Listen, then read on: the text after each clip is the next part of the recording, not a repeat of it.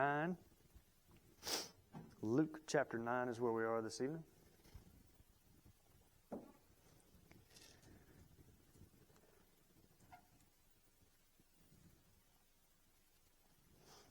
So what I'm going to endeavor to do is I want to try to cover basically from verse 43 to the end of the chapter. So that's 43 through 62. There's like 19 verses we got to try to cover there. And the reason I kind of want to do that is because it's little chunks of situations that happen. It's little interactions between Jesus and the disciples, interactions between them and other people. And I think as we put them all together as a whole, we kind of get a bigger picture of the whole thing. And then I think otherwise we might miss some of that. So what I want to do is I'm going to read like one paragraph of it, and then we're going to try and get like an aspect of what it's talking about. And as a means for direction, to me, as I read through all of them and put them together, we learn a lot about God's point of view on man's judgment and on culture in general. And so thinking about man's judgment and culture, and then what do each one of these interactions kind of point toward as far as what does it say about culture? What does it say about man's judgment?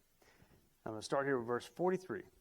But while they were all marveling at everything he was doing, Jesus said to his disciples, "Let these words sink into your ears.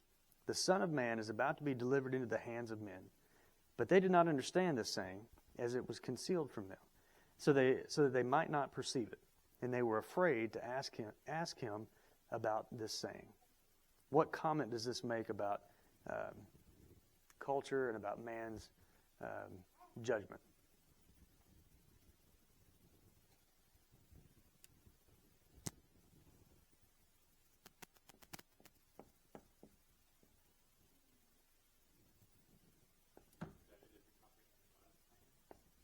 Yeah, no, I think that's absolutely for sure, right? They don't understand, right? So there's one, you have lack of understanding from the disciples when Jesus is like, "Listen to me, let this sink into your ears. This is what's about to happen." And they're like, "Huh? Yeah, I don't get it." And it's understandable if you go back and you relook at Daniel chapter 7, the description of the Son of Man, and standing before the Ancient of Days and being ruler and being king and being all of those things. And they're like, so that's what's in their mind of who Jesus is. And then he says he's going to be handed over into the hands of men. And they're like, it doesn't make sense to them. So there's a significant understanding gap here, right?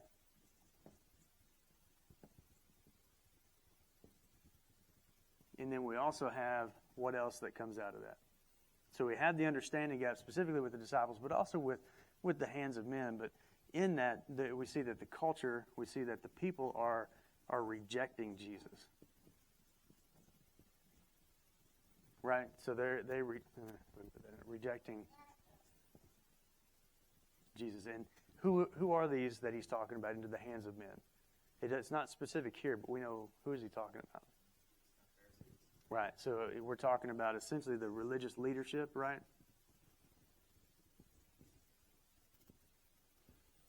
So the religious leaders, the ones who are the higher echelon, if you will, of leadership of the culture and the thought and of the day and of the time, right?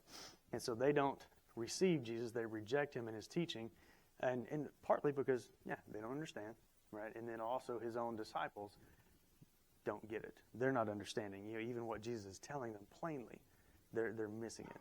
So in this first one, just two quick key things that we get out of it is lack of understanding, the understanding gap, and then the rejection of Jesus. Now we're going to jump to verses 46 through 48. An argument arose among them as to which of them was the greatest. But Jesus, knowing the reasoning of their hearts, took a child and put him by his side, and said to them, "Whoever receives this child in my name receives me, and whoever receives me receives him who sent me. For he who is least among you all is the one who is greatest."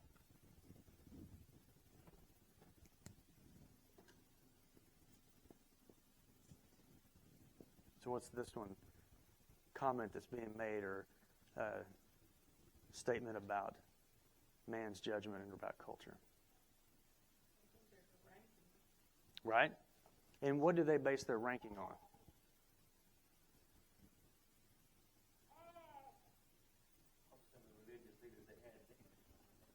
Mm-hmm. Right, what they've been taught, right, by the religious leaders, right? And what's the basis of the ranking for them? Status. So who your mom and daddy are, how much money you got, their tribal standings, right? Which are you from, the tribe of Reuben, tribe of Gad, tribe of Asher, those kinds of Levites, or who you're from, right? That kind of a thing. What else? How good you are at keeping the law, and how good you are at making others think how good you are at keeping the law, right?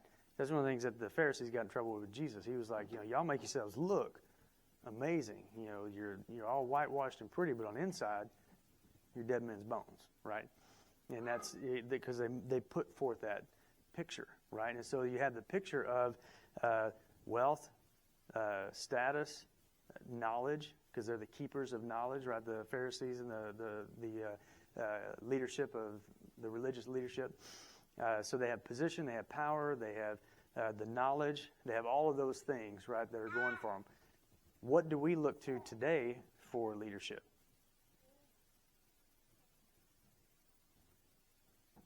Real quickly, so I know they kept up with their rabbinic lineage, like from this rabbi to this.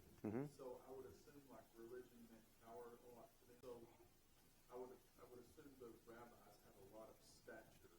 Absolutely, yeah, because they're going to be shaping the minds of the people and the direction of the people. And so then they're going to be very closely watched by, like their supervising rabbi or what have you, and so on and so forth. But the priest, the high priest and all them, and it just kind of trickles down from there. And, to be a rabbi shows that you have a significant mental intellect. Because we talked about before, all the men, all the boys, by the time they're 13, have memorized the first 5 books of the Bible. Oh yeah. They had to be able to read and write, speak Hebrew. That was their primary. And so, if you were a Pharisee, then that meant not only could you memorize all of the 5 books, the first 5 books of the Bible, but then you took it a step farther as far as putting things together of what things mean and how they work. And then, depending on the rabbis that were there, then they might come and ask you and say, "Okay, Riley, what is your interpretation of Genesis chapter 12 and verse 27?"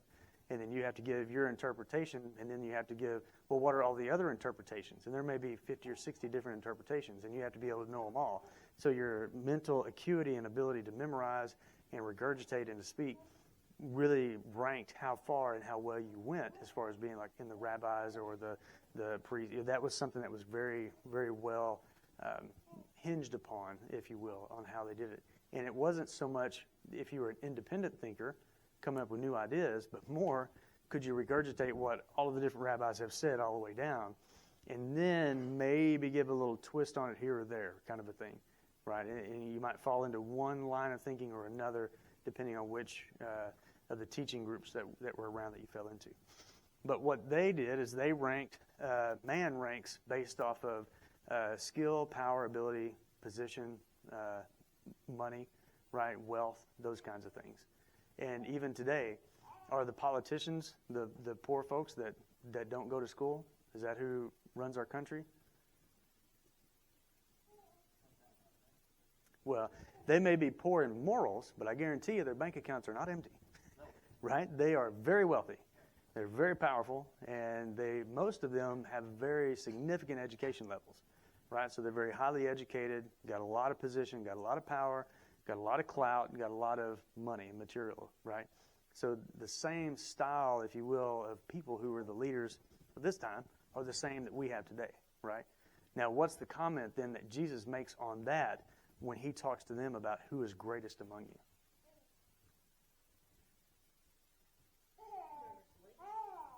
Right.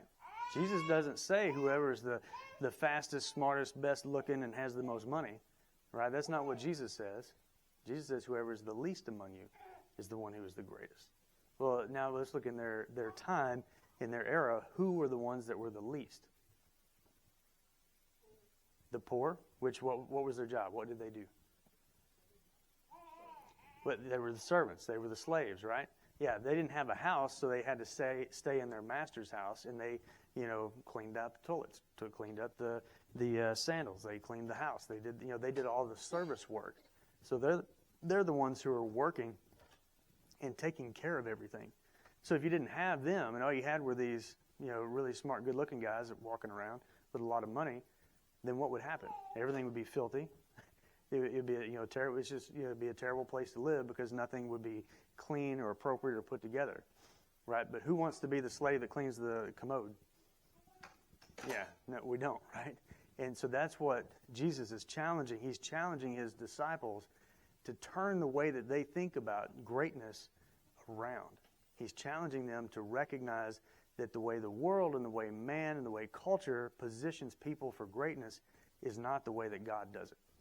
Right? So the one that is greatest among you, right, is not the one who is, the one who's out in front doing everything, but it's the one who is the least or the servant among you.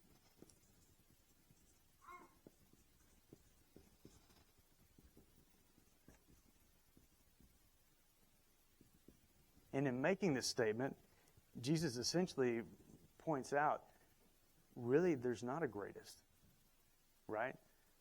There's not that, one person is better than the other, but rather we're all on the same level.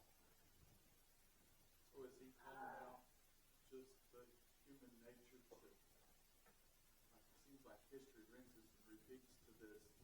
We Yep. have to divide ourselves. Someone has to come to the top. Mm-hmm. That Yeah. whatever you want to use. Right. Oh, yeah. We do that. We class everybody. Right. It's human nature to a significant degree to want to classify, to break down, to separate, to create, the haves and the have-nots, and to all. And I think it's our attempt, if you will, like man's natural attempt to want to be God, because I want to be the one in charge, telling you what to do, so you're subservient to me. Well, then that puts me in the position of God, and God says, "Ain't nobody in my position but me." Right? So we are all subservient to him. And ain't any one of us that are greater than the other. Right? And so the one who is the least, they're the one who is the greatest. And so he's trying to really challenge his disciples and us today to kind of turn that around in how we think. Right? And not get caught up in the same trap. Because you can have, a really good speaking, good looking, rich guy or gal or whatever that comes in and they've got a lot of charisma. And then everyone can just follow them and boom, go right off into whatever it is that they want to do. And what Jesus is telling here helps to put stops on that, because we can look at it and know from what the Holy Spirit has taught us, and that Spirit that resides within us will help us to recognize that, just because, you're Donald Trump and you've got a red tie, that don't mean nothing. You're just another human being like me, and you need to know who Jesus is, right? And that's where we need to be as Christians. Paul kind of hints at that a little bit when he talks about how in Galatians, when he went to Jerusalem, and he said he spoke to Peter and James, he says, because they appeared to be pillars in the church. He said, not that means anything to me, but, I went ahead and that's who I talked to. That's the way that he frames it. Because, again, it's not about being respecters of person, but that we're all in the same level, the same boat. Yes, sir.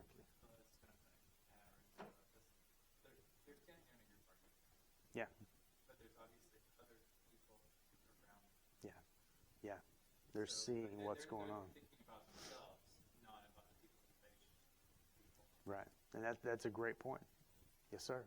Are they posing this question right now, you think, because the thought of who's going to replace Jesus, who's going to be our leader, after he predicts his death? That's a potential. What's going to rise to the top?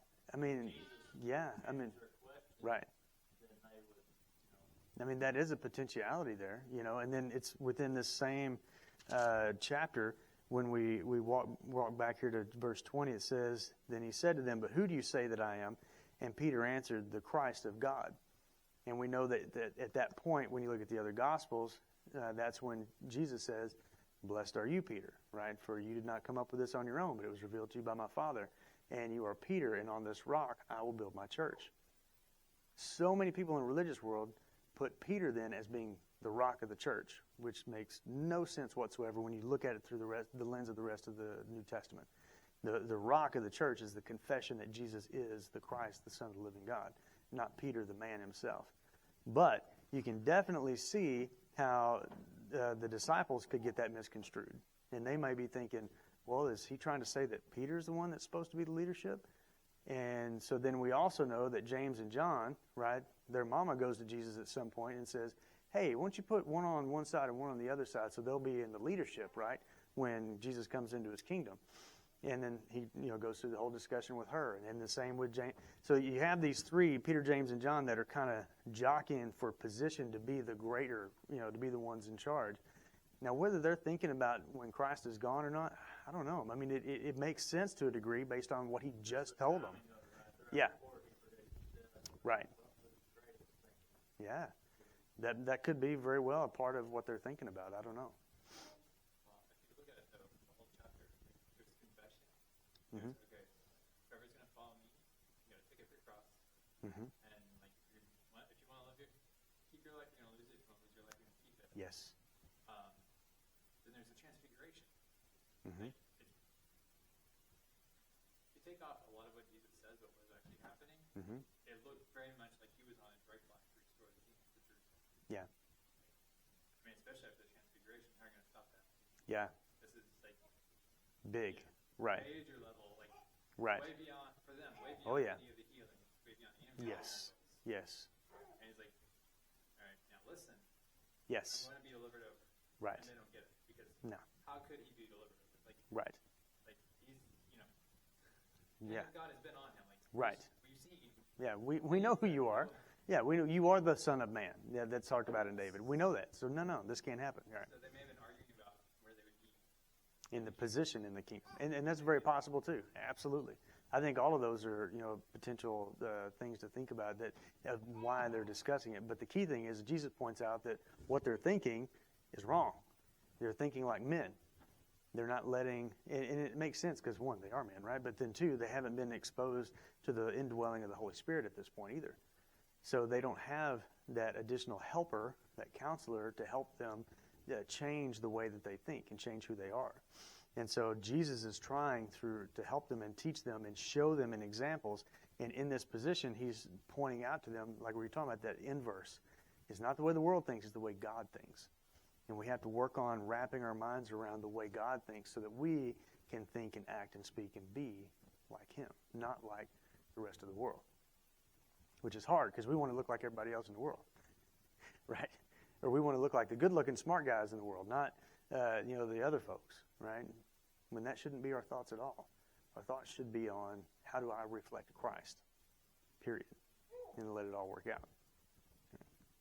I find it interesting that Jesus often teaches something and it's completely upended or in reverse and so forth. Yes. The way that he does things. Yes. I heard something just this week that going back to Genesis and when the serpent, Mm-hmm. talking about, eat of this fruit and it will give you the knowledge of good and evil and Mm-hmm. so forth. And they were saying it wasn't so much that was the lie or Mm-hmm. the deceit in that action, Mm-hmm. so much as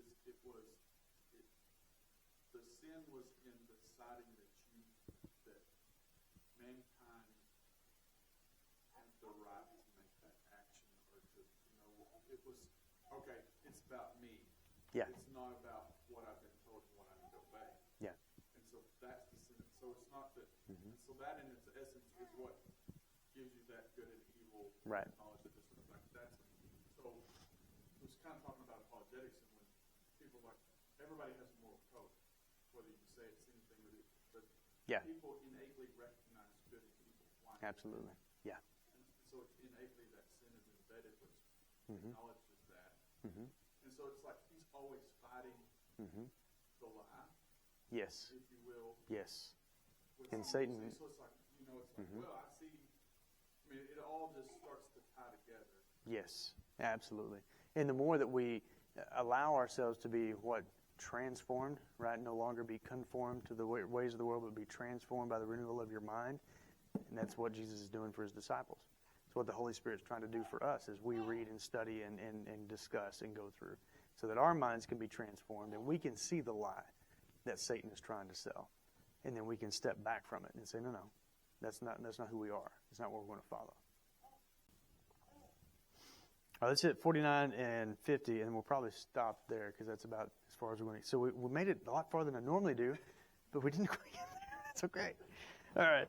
John answered, Master, we saw someone casting out demons in your name, and we tried to stop him because he does not follow with us. But Jesus said to him, do not stop him, for the one who is not against you is for you.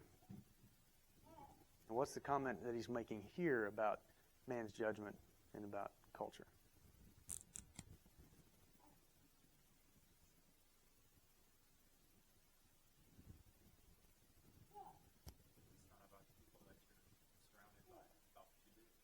I like it.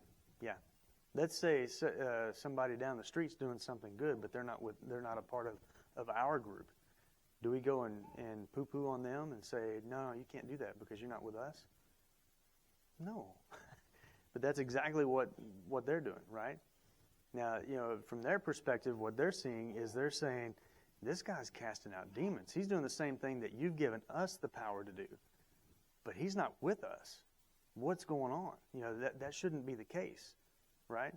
And so in their minds, they're trying to be exclusive and have the power for themselves and don't want anybody else, right, to be the ones doing that. And Jesus is like, no. If somebody's doing good, if somebody's working good, and they're not fighting against you, then they're for you, right? And then one of the other Gospels says, if they're casting out demons in my name, then they can't turn right around and start speaking evil of my name either. Right, and it puts us back in that same kind of understanding that you're either with Jesus or you're not. And it doesn't matter if you're in this building and with Jesus or with the building down the street and with Jesus. If you're with Jesus, then you're with Jesus. Right? And we have to be very careful we don't fall into the same thing that these guys fall into and say, well, your church has a different name on the outside of it, so I don't know that we can, hey, if you're with Jesus, you're with Jesus, period. And you can have Church of Christ on the outside of here and be the Church of Satan on the inside. And you can have the church of something else written out on the outside. It's not what's written on the outside of the building. It's who the body is that's inside. Are they following Jesus? Are they being Jesus? That's the church of Christ. And I've been in several churches of Christ that, in my opinion, from what I read of the Scripture, not churches of Christ. And I've had interactions with other churches that don't have Church of Christ written on the outside, and I'm like, I think you guys have got it. You are getting it. There's things I don't agree with you on, but I mean, you are loving Jesus and doing Jesus' work. And so that's a big challenge for us because, again, what do we like to do? Separate, classify, divide. What does Satan want us to do? Separate, classify, right? He wants separation. He wants division. And Jesus is like, don't fall into that. Exactly. Yeah.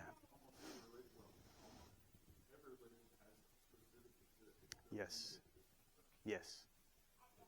And just about every single one of them, at least that I've talked to, they can take you to a verse in the Bible to prove what they think. Now, they may take it and twist it a little bit to make it say what they want it to say, right? And then that's always the challenge, is trying to, okay, well, I know you have years of tradition and teaching, and you've got this verse that's not really, properly presented. How do you break through all that? Well, the only way you do is if the person has a humble heart before God. That's the only way you do. Is if the both of you truly want to seek and know and follow Jesus, then you're going to have headway. If you're not, then you're not. It's a little bit like reading a book. You read 2 lines in the middle of it, you figure out, okay, that's it. Here it is. Yeah. No. You're not tying both ends to put it together. Right. From the beginning to the end, it's all got to make harmony and sense. Right? And that's what we strive for all the time. So, in this particular thing right here, whenever he's bringing this thing out, essentially, man will try to reject anyone or anything that's not of their group, right? So don't be the ones that are doing that, being exclusivist from that perspective. So he, in a sense, challenges let's see, how are we putting this? The exclusivity, right?